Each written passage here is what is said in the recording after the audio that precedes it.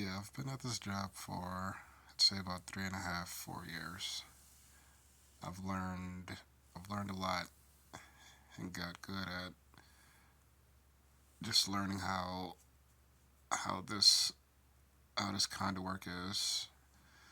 With the whole moving and transporting and stuff like that. Yeah, a lot of skills I definitely learned that would definitely help. Me when I decide to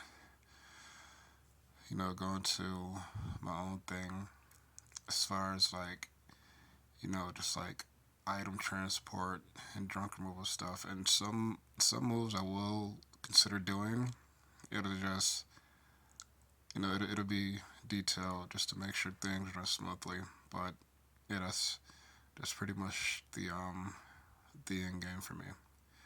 Just to for me to be able to support myself doing this. I mean, I'm not against what I've been doing all these years. It's just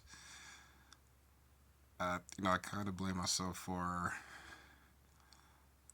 working in this toxicity just because it pays well. And I've seen sides of me that I probably shouldn't have seen. And it's, with the nervous breakdowns and just the amount of disrespect from the owner, the clients, the constant lying, and just there's so much of the wrong things going on. There's so much verbal abuse. It's, it's just something that isn't good for our mental health. But I know not everyone is going to be the ideal client, but I do know the best way to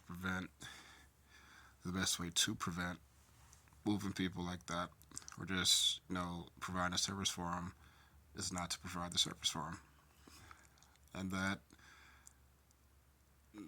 yeah, that's just probably the surefire way to do it because it's not worth the money or stress to be disrespected in the way that I've been this entire time that I've been working at this job. But yeah, just after I get my documents and everything in order, I do know the first person I've worked for out of high school. He said he would provide me with my own box truck, and that's a plus for me. So that's always a plus. I have people that I've mentioned this business idea to, and they said they're willing to support me 100% as long as I get the documents I need in order to get things going. But I do know I won't be able to fully go in until after I get these surgeries taken care of.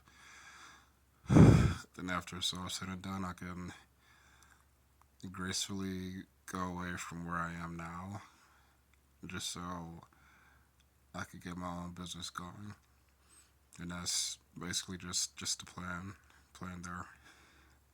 That, and so I'll be able to you know train jujitsu and fight train and spend more time with my family.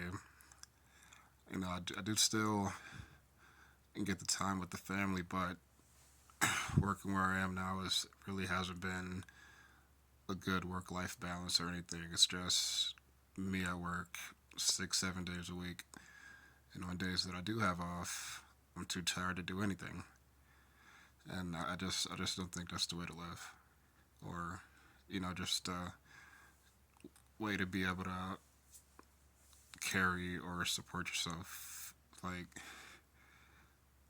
yeah, it's just no one should be forced to work like a robot just to have free time to sleep. I feel like it should be more things you should be able to do with the days you have.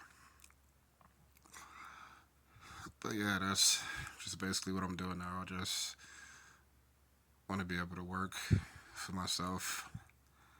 You know, I have the I would have the employees that I would need So all of that's taken care of is just a few documents that I have to get in order to get things going. Then just me being able to work the way I want to work, and me being able to train.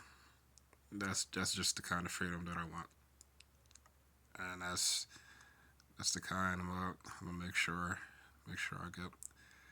And like not to take too much away from the job that I have worked. I mean, I did make some good friends and learn some good things, but one thing I did learn is how not to treat people. And going forward, if I do get into the business of starting my own, I'll, I won't promise I'll be the best, but I'll treat my employees with the respect they deserve and just carry myself to a standard that someone could look up to.